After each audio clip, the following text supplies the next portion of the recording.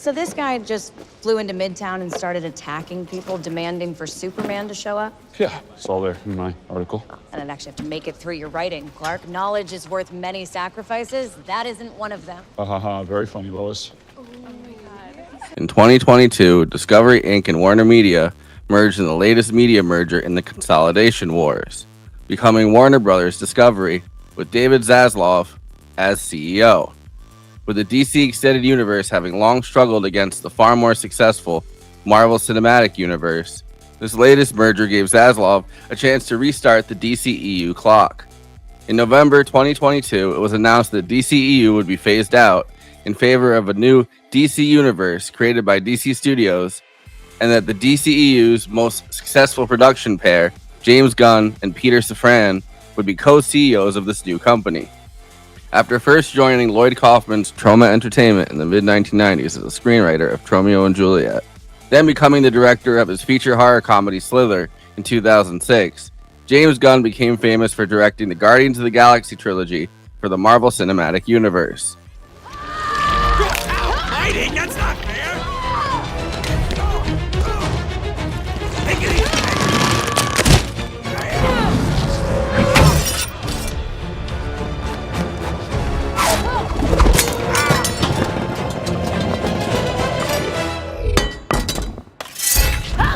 Starting with the Guardians of the Galaxy Volume 1 in 2014, James Gunn had already developed what would become his signature style, combining an absurdist and irreverent sense of humor, love of making eclectic in-movie playlists, often 70s and 80s classic rock, especially glam rock, and more contemporary indie rock and pop combined in his films, and heavy world building that would bring a ton of interesting characters, especially aliens. In 2021, he brought that style to a struggling DC Extended Universe, which had been suffering under the weight of directors like Zack Snyder and David Ayer. Ayer's 2016 Suicide Squad was a critical and commercial failure. The most lasting thing about it was the knowledge that Jared Leto had sent the cast dead rats and used condoms, as he tried to put his own insufferable mark on the Joker. James Gunn wrote and directed, and Peter Safran produced The Suicide Squad, which took the premise from the DC Comics that a team of supervillains with self-destruction buttons were given a chance to redeem themselves working for Task Force X. Any questions? What is that? That is an overhead projector. Do you ever use it anymore? No, not really. So why don't you just throw it away? Peacemaker. Starfish is a slang term for a butthole. Think there's any connection?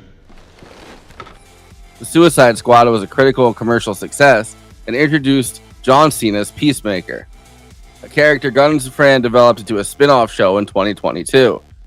As a successful team, Gunn and Safran have officially launched the DC Universe, with the first movie directed and written by James Gunn and produced by Peter Safran, Superman.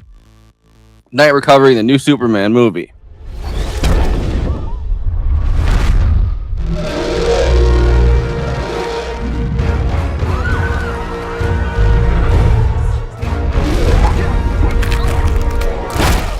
Although technically not the first superhero comic, that was a short run of Hugo Hercules, the Boy Wonder in 1902.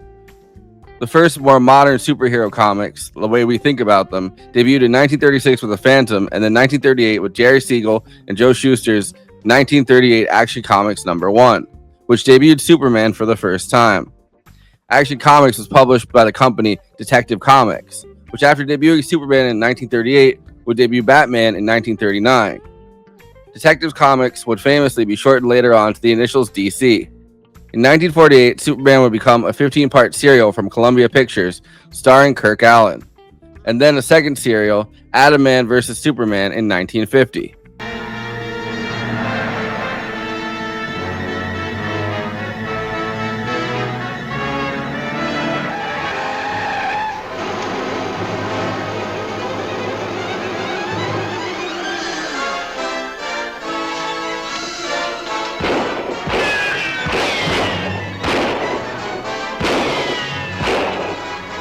In 1978, the first big-budget, adult-oriented superhero movie from DC, Richard Donner's Superman, starring Christopher Reeve, would become a huge commercial and critical success. With a crazy good cast, Marlon Brando as Superman's birth father Jor-El, Gene Hackman as Lex Luthor, and Ned Beatty as his hapless sidekick, and Margot Kidder as Lois Lane, and a screenplay written by The Godfather's Mario Puzo and Bonnie and Clyde's David and Leslie Newman. You really shouldn't smoke, Miss Lane. Don't tell me lung cancer, right? Well, not yet, thank goodness. And starting a trend coming at a very dark time in American history, the worst ebb of the Jimmy Carter administration, following huge scandals starting with Watergate at a time of real cynicism, with Christopher Reeve's Superman as a man out of time fighting for truth, justice, and the American way. Christopher Reeve would go on to do 4 Superman films. Further attempts to reboot Superman in 2006, then with Henry Cavill taking on the character in Man of Steel, then Batman vs. Superman, and the Justice League, did not meet with the success of the 1978 Superman at all. So it makes perfect sense that in searching for a reboot of the entire DC universe, James Gunn would start here. And with critical acclaim so far and resounding box office success, Superman has flown into theaters. You like that? No, me neither.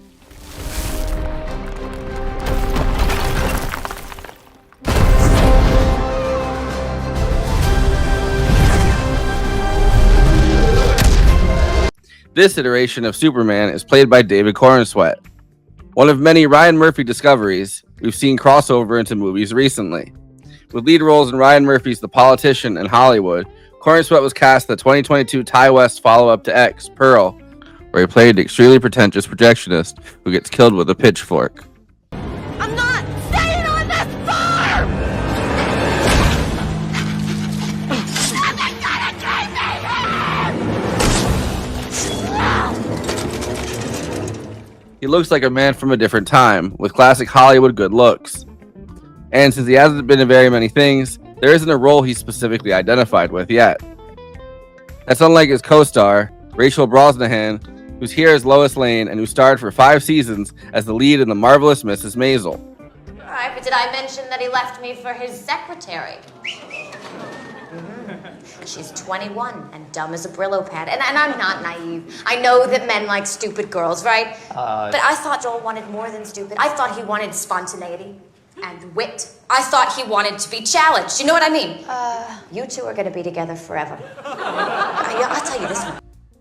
Superman also stars Nicholas Hoult as Lex Luthor, Nathan Fillion as the Green Lantern, Skylar Gisondo, Eddie Gathegi, Bradley Cooper, Sarah Sampao, Wendell Pierce, and Zlatko Buric from Triangle of Sadness. James Gunn brings his signature style to this one, but I think more than anything else, it works because he truly understands the moral logic of Superman's universe. Bringing Superman as a character into his absurdist satirical version of our world, where politics is all about managed public perception, which can flip on a dime, James Gunn understands that Superman at his core is not built for that reality.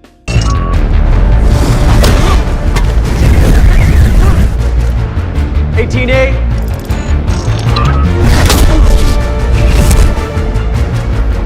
$34B. 98Z. 8H. But Nicholas Holt's comically theatrical version of an Elon Musk or Jeff Bezos, who doesn't deign to fight hand to hand but uses technology, public opinion, cable news, all of these modern weapons to wear down the public's vision of Superman as a figure who's here to save us from evil, instead casting him as a foreign alien who's come to Earth to enslave and control us. Lex Luthor is a villain for the 21st century, one constantly mediated by screens and social media. The moral logic has Superman deeply caring about each life, human and animal. One act of violent assassination in front of Superman by Lex Luthor hurts him deeply, and it's not even someone he knows well. Lex, I tried to stop him. It's fine, Heather. Superman, we finally meet. Would you like a coffee? Where's the dog? Dog. The dog, Luther! You took the dog! That's right, you get all of this. Where's the dog?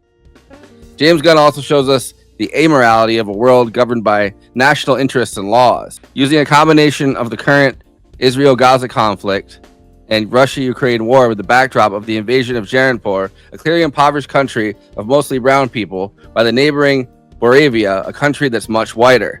Moravia is an ally of the United States, and Lex Luthor has armed their dictator, who seems to definitely be a combination of like Netanyahu and Putin, Vasil Gurkos. James Gunn uses this plot backdrop to make a point about the morality of law when your allies are clearly doing evil versus humanity, with Superman wanting to save every life in Jaranpur. Superman's love of humanity across borders and territories is used against him by Lex Luthor, as is the distrust of Superman as a literal alien, where love and respect can quickly become fear in the court of public opinion, where Superman's intentions and status as a foreigner on Earth can be quickly weaponized against him. It's clearly going to be a controversial film in a politically polarized time. Superman is essentially an immigrant seeking asylum on Earth after his planet is destroyed. Superman also has a dog in this one, Krypto, that belongs to his cousin Supergirl. Shout out to Krypto. What the hey, dude? I thought you destroyed the whole Superman robots. I thought I told you to keep an eye on him. We feed the canine, but he is unruly. And he realizes we are not flesh and blood and couldn't, in our heart of hearts, care less whether he lives or dies.